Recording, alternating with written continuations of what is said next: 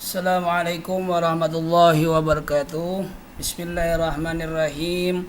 Alhamdulillahi rabbil alamin. Wassalatu wassalamu ala ashrafil anbiya wal mursalin Sayyidina wa maulana Muhammadin wa ala alihi wa sahbihi azmain, amma ba'du. Alhamdulillah, puji syukur kita panjatkan kehadirat Allah Subhanahu wa taala karena di pagi hari ini pada pertemuan yang keempat kembali kita dapat bertemu walaupun masih melalui jaringan. Mudah-mudahan anak-anak semua masih bersemangat dalam mengikuti proses pembelajaran yang Bapak sampaikan, dan mudah-mudahan mari kita berdoa kepada Allah. Kegiatan yang kita lakukan di pagi hari ini, pembelajaran yang kita lakukan di pagi hari ini semuanya bernilai ibadah di sisi Allah Subhanahu wa taala. Amin ya Allah ya rabbal alamin. Pada pagi hari ini kita akan melanjutkan masih membahas tentang ketabahan Nabi Muhammad SAW dalam berdakwah.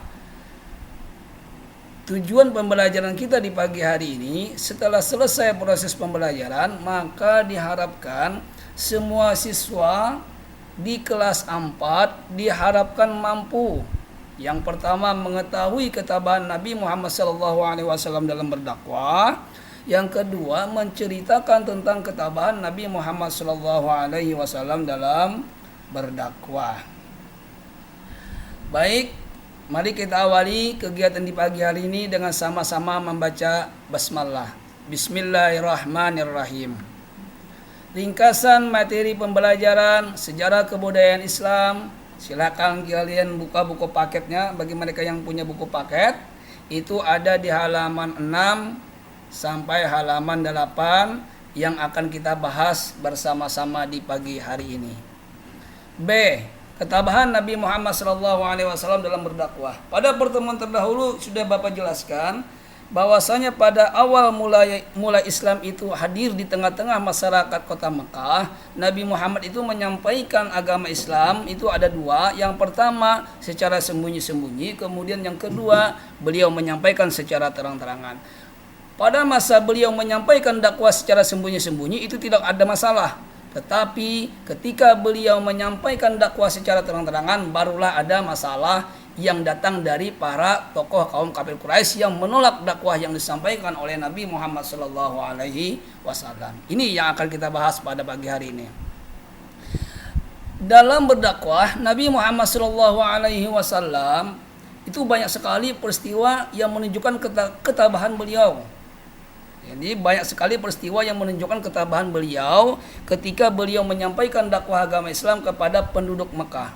Yang pertama, ketabahan atas tentangan Abu Lahab. Nah, Abu Lahab ini adalah salah satu dari anggota keluarga yang menentang keras dakwah yang disampaikan Nabi Muhammad SAW.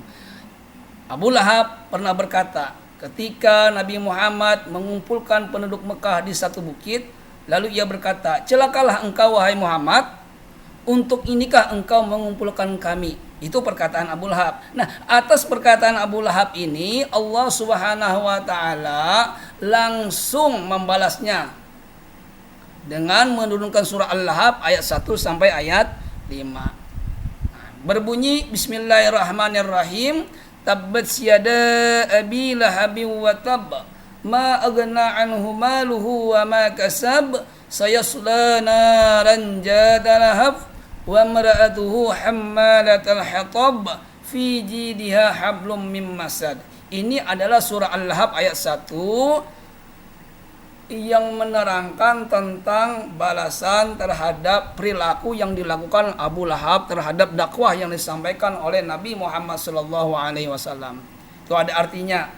Silakan kalian baca artinya itu ya. Kemudian selain mendapatkan tentangan dari Abu Lahab, Nabi Muhammad SAW pun mendapat tentangan dari pembesar kaum kafir Quraisy Mekah. Ya. Jadi selain Abu Lahab, ada pembesar kaum kafir Quraisy di Mekah juga menentang dakwah beliau. Ada beberapa alasan kenapa sampai pembesar kaum kafir Quraisy Mekah itu menentang dakwah yang disampaikan Nabi Muhammad SAW. Yang pertama, mereka tidak ingin adanya persamaan derajat. Itu yang pertama ya. Jadi mereka tidak ingin adanya persamaan derajat dalam kehidupan sehari-hari. Karena sebelum agama Islam, derajat manusia itu berbeda-beda.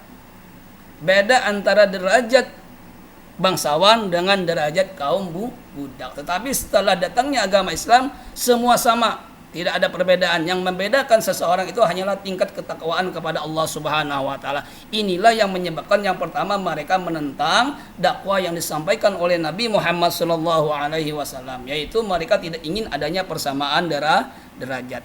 Kemudian yang kedua, mereka juga khawatir kekuasaan dan usaha dagangnya terganggu oleh dakwah yang disampaikan oleh Nabi Muhammad sallallahu alaihi wasallam. Jadi ada dua alasan mengapa pembesar kaum kafir Quraisy itu menentang dakwah yang disampaikan oleh Nabi Muhammad sallallahu alaihi wasallam. Yang pertama, tidak ingin adanya persamaan derajat. Yang kedua, mereka khawatir kekuasaan dan usaha dagangnya terganggu oleh dakwah yang disampaikan Nabi Muhammad sallallahu alaihi wasallam. Kemudian yang ketiga, ketabahan atas bujukan Walid bin Mughirah. Setelah gagal menghasut Abu Talib, kemudian para pembesar Makkah mengutus Walid bin Mughirah. Walid bin Mughirah ini kemudian membawa seorang pemuda tampan. Namanya adalah Umar bin Walid, untuk ditukarkan kepada Abu Talib agar Muhammad diserahkan kepada mereka. Tapi apa? Sikap Abu Talib menolak tawaran tersebut. Jadi apa yang dilakukan oleh Walid bin Mughirah menukarkan pemuda Umar bin Walid kepada Abu Talib itu sia-sia saja, karena Abu Talib menolak permintaan dari Walid bin Mughirah menukarkan Umar bin Walid dengan Nabi Muhammad sallallahu alaihi wasallam. Kemudian yang keempat, ketabahan atas bujukan Utbah bin Rabi'ah. Utbah bin Rabi'ah pernah menemui Nabi Muhammad sallallahu alaihi wasallam. Ketika ia bertemu dengan Nabi Muhammad, ia menawarkan 3 hal kepada Nabi Muhammad sallallahu alaihi wasallam agar Nabi Muhammad mau menghentikan dakwahnya.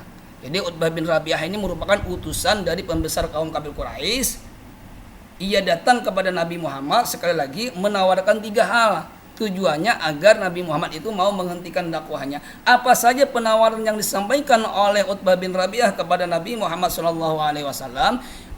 Yang pertama, ia menyampaikan harta, menawarkan harta kepada Nabi Muhammad. Kemudian yang kedua, ia menawarkan tahta kepada Nabi Muhammad. Kemudian yang ketiga, ia menawarkan wanita kepada Nabi Muhammad. Setelah itu ditawarkan kepada Nabi Muhammad, bagaimana sikap Nabi Muhammad? Lalu Nabi Muhammad ketika mendengar permintaan dari Utbah bin Rabi'ah agar Nabi Muhammad menghentikan dakwah beliau dengan menawarkan 3 hal, Nabi Muhammad SAW dengan keras menolak tawaran yang disampaikan Utbah bin Rabi'ah. Ini saja materi yang Bapak sampaikan di pagi hari ini. Untuk poin 5, 6, dan 7 akan kita lanjutkan pada pertemuan yang akan datang. Adapun kesimpulan pembelajaran kita di pagi hari ini tentang ketabahan Nabi Muhammad SAW dalam berdakwah. 1, ketabahan atas tentangan Abu Lahab. Terhadap tentangan Abu Lahab ini Allah Subhanahu wa taala menurunkan surah Al-Lahab ayat 1 sampai ayat 5. Kemudian ketabahan atas tentangan pembesar kota Mekah. 2 alasan mengapa para pembesar Mekah menolak dakwah Nabi Muhammad SAW. Yang pertama tadi, tidak ingin adanya persamaan derajat, dan yang kedua, mereka khawatir kekuasaan dan dagangnya terganggu oleh dakwah Nabi Muhammad SAW. Kemudian kesimpulan yang ketiga, ketabahan atas bujukan Walid bin Mughirah yang ingin menukarkan seorang pemuda yang bernama Umar bin Walid kepada Abu Talib dengan harapan Abu Talib mau menyerahkan Nabi Muhammad kepada mereka, tetapi Abu Talib menolak keras permintaan Walid bin Mughirah. Dan kesimpulan yang terakhir dari pembelajaran kita di pagi hari ini, ketabahan atas bujukan Utbah bin Rabi'ah yang pernah menawarkan 3 hal kepada Nabi Muhammad, yaitu harta, tahta, dan wanita. Semuanya itu ditolak oleh Nabi Muhammad sallallahu alaihi wasallam. Ini saja materi pembelajaran kita pada pertemuan keempat. Mudah-mudahan anak-anak semua dapat menyimak dengan baik. Tolong materi yang Bapak sampaikan agar ditulis di buku tulisnya masing-masing. Baik, kita akhiri kegiatan proses pembelajaran di pagi hari ini dengan sama-sama membaca hamdalah. Alhamdulillahirabbil alamin. Wassalamualaikum warahmatullahi wabarakatuh.